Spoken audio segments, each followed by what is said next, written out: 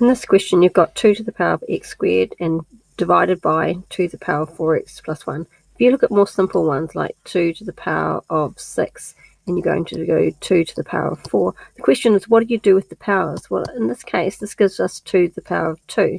Notice that's the same as going 2 to the power of 6, take away 4.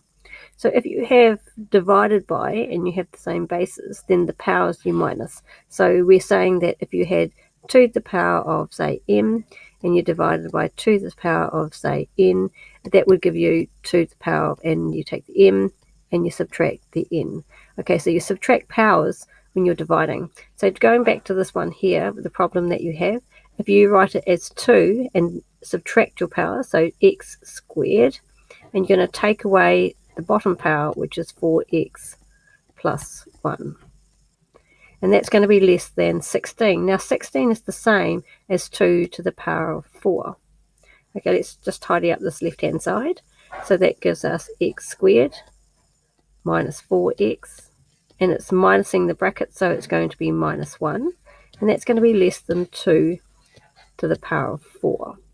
Now, if that's going to be less than that, then we can say that x squared minus 4x minus 1 must be less than 4. And that's sort of the problem that you're going to end up with. Right, it's now a quadratic problem. Okay, this is x squared minus 4x and bring the 4 over. So that would be plus, you're going to add 4, minus 4 to both sides. Well, that's a mistake. Okay, so you're going to minus 4, so that would be minus 5 is less than 0. Make that it equal or less than 0, so make it less than 0, and we need to factorize this. This is the same thing as if it was an equation.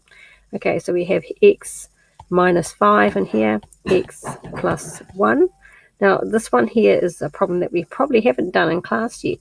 Okay, this gives me a graph that looks like this one here.